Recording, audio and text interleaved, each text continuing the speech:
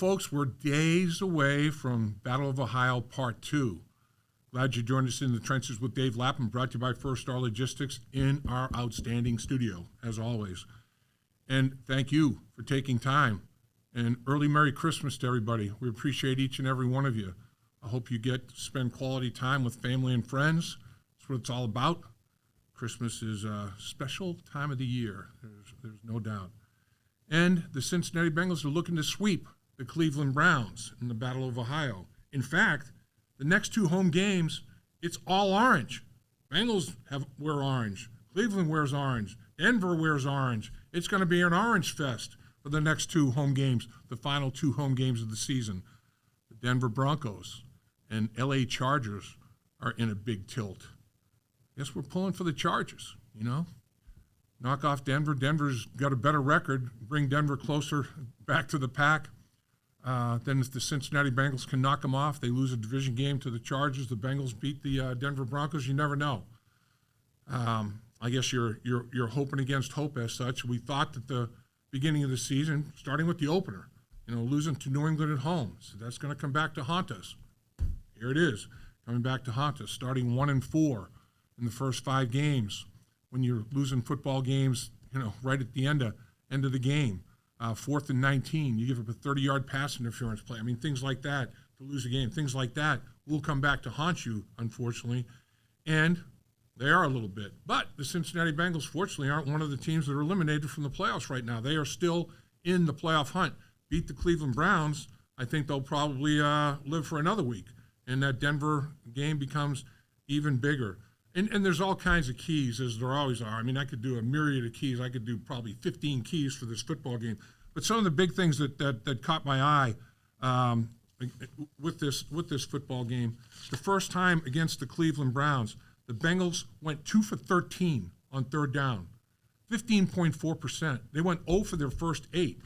And for the season, the Cleveland Browns are still 9th in the National Football League. Third down conversion percentage allowed. A little over 36%, basically 1 out of every 3. Third down is going to be a big down. And they stink offensively on third down. They're 28.6% conversion rate. Less, just a little over 1 for 4, a little less than 1 for 3. Dead last in the National Football League. So third down kind of jumps out at my eyeball a little bit as I'm looking at numbers. The Cleveland Browns are giving up 58 sacks. 58 sacks. That leads the National Football League. The Cleveland Browns defense has 33 quarterback sacks. The Cincinnati Bengals offense has given up 33 quarterback sacks. So that's going to be interesting, the protection pressure part of things. Turnovers always end up being a big deal in every football game. In a football game like this, it's even more massive. The Cleveland Browns are minus 16 right now. They're minus 14 in interceptions alone. They've thrown 18 picks. They've only got 4 themselves. Minus 14 there. Minus 2 in the fumble department. Minus 16 on the season. I mean, that's the reason that Winston was benched. He's got 12 interceptions since week 8. That's the most of any quarterback in the National Football League. He had 4 games with at least 2 interceptions in the 8 that he started. That's tied for second most in the National Football League. So they move on. Thompson Robinson, the rookie, I mean, the thing that you have to worry about with him is his feet and legs are extraordinary. In the first game, he had a run of over 30 yards. He had the longest rush of the day for the Cleveland Browns. He had a little jaunt, 34 yards, yeah, when he did a little zone read, kept the football, out to the outside you go. Fig Newton got caught up a little bit inside, didn't really have his responsibility covered. He got out to the perimeter. Things like that are going to be a big key in this football game. This one jumped out at me, too. In the second quarter, the Cleveland Browns have been outscored 131-51. Are you kidding me? They've been outscored by 80 points in one quarter, the second quarter. Then they go in and, hey, talk it over. That second quarter was bad. We're going to make some adjustments, come back out. And in the third quarter, they got outscored by 45 on the season, 95-50. So, I mean, it's unbelievable. 226 points to 101 in the second and third quarter. Man, that's where they've lost control of a lot of football games. And, as a result, they're looking at a 3-11 record right now. So, like to sweep that Battle of Ohio. That would be great. The Bengals have won 3 out of the last 4 in this battle. They've won 6 out of the last 9. Lost 6 out of the last 9 though. They're 33-18 at home in Cincinnati. So, got to get this victory and keep hope alive. All of that said, those are all big deals and all that sort of thing. But the Cleveland Browns, when you look at this roster, which I've been doing, I mean, everything, they've got a lot of pieces. The biggest piece they don't have is the quarterback position, the most important piece. And that's why in this football game, I can't fathom the Cincinnati Bengals not being able to win this football game with Joe Burrow at the quarterback position. Come on now. But the Battle of Ohio, strange things happen.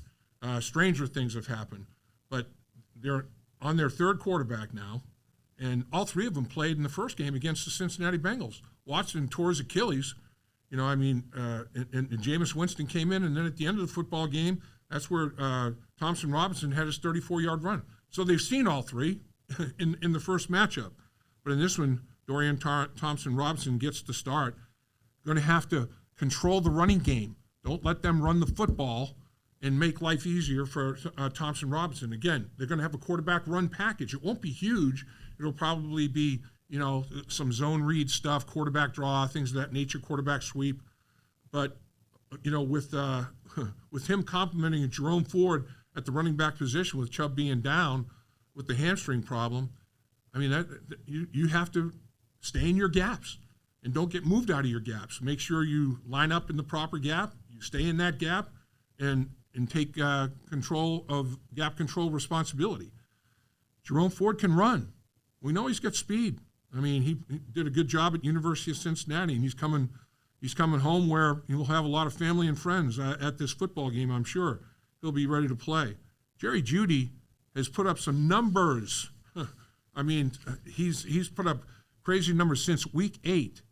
He's got 786 yards, and Jamar Chase has 793. Since week 11, he's got 634 receiving yards. That leads the National Football League, number 1. So he had a nice chemistry going with Jameis Winston. Will that be disturbed? Will that be destroyed a little bit? But he can run, and he's a good route runner. And so they've got team speed. They have team speed at running back, team speed at wide receiver. Njoku, I'm not sure he goes with the hamstring problem, but that dude can run. Big guy that can run at the tight end position. And then we talk about the defense. And that's what I want to hit on here first and foremost. I mean, Kevin Stefanski is a very talented coach, 2-time Coach of the Year. He's got a very creative offensive mind. He's going to do a lot of different things. He's going to run the same plays with a lot of different looks, a lot of different formations, a lot of different window dressing. But will his quarterback be able to execute well enough? But defensively, you have to be able to do what you're supposed to do and how you were taught to do it, be where you're supposed to be, when you're supposed to be there. That's going to be a big factor in this football game. But I want to hit on the defense, Jim Schwartz, because in the last 2 games, in the next 2 games, I should say, the last 2 home games for the Cincinnati Bengals, when they're going against these orange defenses, the Browns and the Denver Broncos, it's going to be all about defensive coordinators, Schwartz and Vance Joseph, that run a volume of things. I mean, Encyclopedia Britannica volume of things. These guys, they are formulating all kinds of pressures, all kinds of false pressures, all kinds of different looks on the back end. Show the quarterback a picture pre-snap, much different picture post-snap. Going to run every twist and stunt with the defensive lineman known to man. Going to incorporate linebackers in it. I mean, it is going to be unbelievable, the volume of things that you have to prepare for. And they could show it all, or they could decide that I'm just going to rush 4 and play coverage because you got Joe Burrow. And if our pressure doesn't get home, Joe Burrow is going to rip us apart. And if we rush with 4 and put decent enough pressure on Joe Burrow and have 7 in coverage, we think we might have a better chance to beat Joe Burrow. It's going to be interesting. What are they going to do? I mean, are they going to be heavy pressure, false pressure looks? or go all the way to the South Pole. North Pole is all the pressure. South Pole, rush 4, rush 3, drop 8, rush 4, drop 7, that kind of thing, or anything in between. And that's the thing. You have to spend so many hours during the week at practice preparing for everything, and you don't have time to get reps against everything. So that's going to be the big challenge in the football game. And they may show something during this football game in Joe Burrow's offense that they haven't shown on tape yet. And all that tape study really means nothing because they haven't had a special package just for the Cincinnati Bengals and Joe Burrow. And they created it in the offseason. And they were going to be damned if they were going to show it until now. Schwartz might have said, I'm not going to show it in the first game. I'm going to wait till that second game. That second game may have a lot of importance. Well, it doesn't in terms of Cleveland Browns being 3-11 and the Bengals being 6-8 in terms of playoffs. But for the Battle of Ohio, it still has importance. Has importance if you get pride as a football player and a football coach, which all these guys do. But if we think that Jim Schwartz is the master of, showing everything, he's got his master's, probably his master's plus 30 hours working toward his doctorate, but Vance Joseph has his doctorate. I mean, Vance Joseph shows it all. It is unbelievable. It's every kind of exotic pressure that you can think of, Vance Joseph has it. He has it in his dossier. So the key for the next 2 weeks for the Cincinnati Bengals is in the trenches. That's why we're in the trenches. I mean, what you have to have is you have to have rules. You have to formulate rules that are simple rules that are applied to a volume of different looks. You can't have a rule and then they change and it's another rule, it's another rule, it's another rule. As much as you possibly can, you have to have rules that apply to a wide base. And that's what Paul Brown was so good at. Paul Brown would be like, hey guys, here's when we start the season, we're going to, in the first few days of training camp, we're going to put in our 5 or 6 running plays that we're going to lean on and count on all season long. We've got concepts we believe in. And we're going to run them with a lot of different formations, a lot of different motions, a lot of different window dressing. But when push comes to shove, we are going to run these plays. And you guys are going to know exactly what you're supposed to do assignment-wise on every single play. And I'm not naive enough to think that the defense is going to line up in one look and stay there all day. They're going to run a bunch of different things to slow us down. What we're going to have is simple rules, a few simple rules that are going to apply to a lot of different looks. And he was brilliant in that regard. Bill Walsh was brilliant in that regard.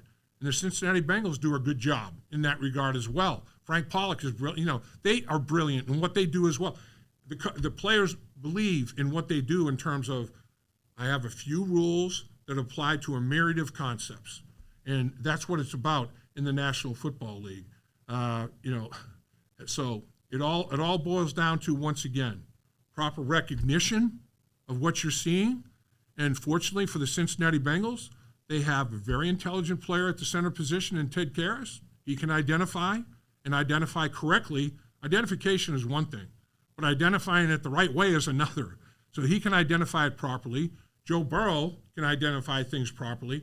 Those guys during the cadence, if there is a verbal cadence, can communicate some things, identify and communicate. And then that communication starts. And the communication has to be good all the way up and down the line of scrimmage. Sometimes it's the unspoken word. Sometimes it's hand signals. Other times it is the spoken word. And fortunately for the Cincinnati Bengals, they're at home the next 2 games, Cleveland and Denver.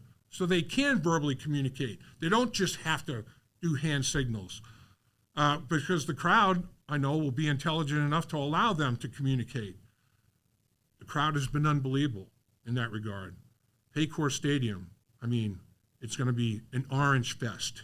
This weekend against Cleveland, next weekend against Denver. Be loud and proud like you have been. Don't let the Cleveland Browns and Denver Broncos be able to hear a damn thing. Make it like, they might as well be, in a noise booth. They won't. That's a huge advantage, believe me. So it's a huge advantage for the Bengals defense.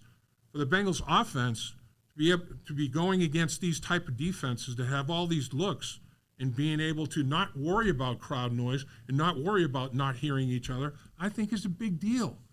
So that's another thing against these guys. But it comes down to proper, accurate identification, proper communication, So everybody's on the same page. Don't want to have a situation where a player comes back to the, oh, man, I made that mistake because I didn't hear it. I didn't hear the call. Don't want that. Tiger Johnson would never believe it. Yeah, you're just trying to cover your butt, man.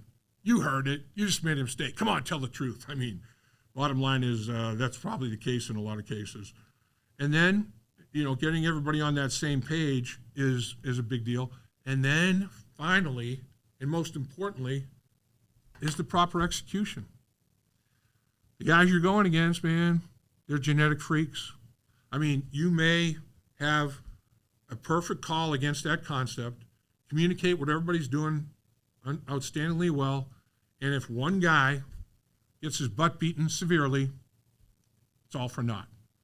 So, being able to institute the proper technique that you were taught by Frank Pollock all week long and execute it during the course of the football game. And when it's going crazy and it's frenzy out there, you have to keep your mind and your head clean and straight on techniques, fundamentals, executing it properly, because that's the most important thing.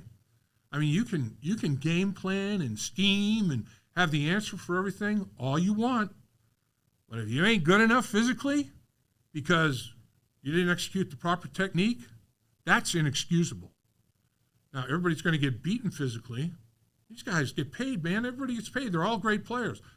It can't happen a lot. I mean, but nobody's going to win every single rep in the National Football League. But the great players win a high percentage of their reps. And they know what they're doing mentally, and they can sort it all out, and then they can execute it physically. Those are the great players. Those are the superstars. Those are the Joe Burrows, Jamar Chases, Trey Hendricksons of the world. And speaking about that, Trey Hendrickson, that brings something else to mind. 12 and a half sacks. Myles Garrett has 11.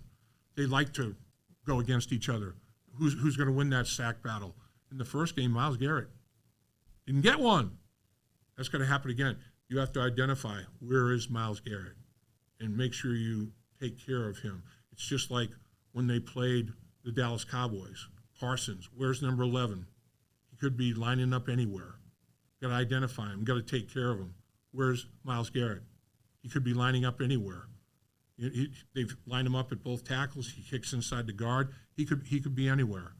So it's going to be very interesting, particularly at that left tackle position. I don't think Orlando Brown is going to make the dance this week. I think it's still a little too soon. So will it be Cody Ford or will it be Devin Cochran? And I want to tip my cap to Devin Cochran. Stepped up. Cody Ford fell ill right before the football game, and they were giving him IVs and everything and trying to get him ready to feel good enough to go out there and play, and it just didn't happen, just didn't work. Devin Cochran stood up, man. I mean, his time came. His opportunity presented itself. Guys that take advantage of that opportunity, you have to give a lot of credit and tip your cap to. And he did. He was a little jumpy, a little nervous at the beginning, but he settled in and played a damn good football game against a good front. But Myles Garrett, that's another level. That's another level.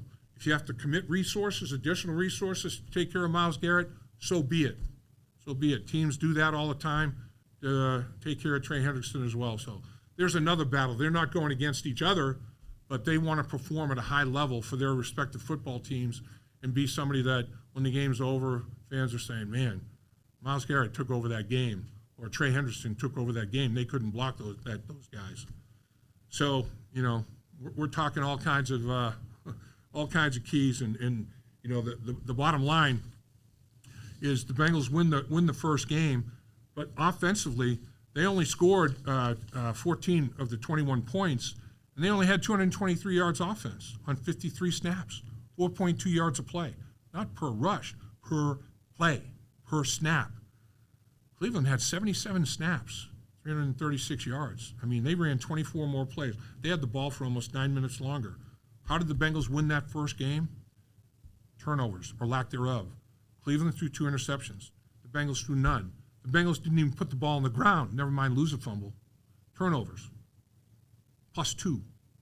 Not giving the Cleveland Browns any additional possessions. A far cry from the last game where there were 10 turnovers, and then penalties, 26 penalties in the last game. The Bengals only had 3 penalties in that first encounter for 37 yards. 3 penalties. It's going to have to be that way. You can't self-destruct by penalty or by turnover. And the other thing that they did is they dominated field position. I mean, they absolutely crushed it. Both teams had 14 possessions in that football game, as I recall, and the Bengals had an 11-yard field position advantage, average drive start. It's over 150 yards of hidden yards. A football field and a half. I think 5 times the Bengals pinned Cleveland inside the 20-yard line, 3 times inside the 10, once at the 9 and a couple times at the 8-yard line. That kind of thing has to happen again. You have to win all-important third phase of special teams. Battle of Ohio. It is a true battle. And it's a true battle because the legendary Paul Brown founded both football teams. It means a lot. It means a lot to the Brown family. It means a lot to the fan bases in both of these cities. It means a lot to the football players, to the coaches, to both organizations. Can the Cincinnati Bengals sweep the Battle of Ohio? We'll find out soon enough. 1 o'clock kickoff on Sunday. Dave Lapham here, and every day I am grateful for my experience to have played professional football. As a player, I realized self-motivation, leadership, and appreciating your teammates are key. At First Star Logistics, you can use those same attributes to create the life you want for you and your family. Build your future by working hard like I did. You'll see results both on and off the field. Call First Star Logistics today and be part of our winning team. Opportunity knocking.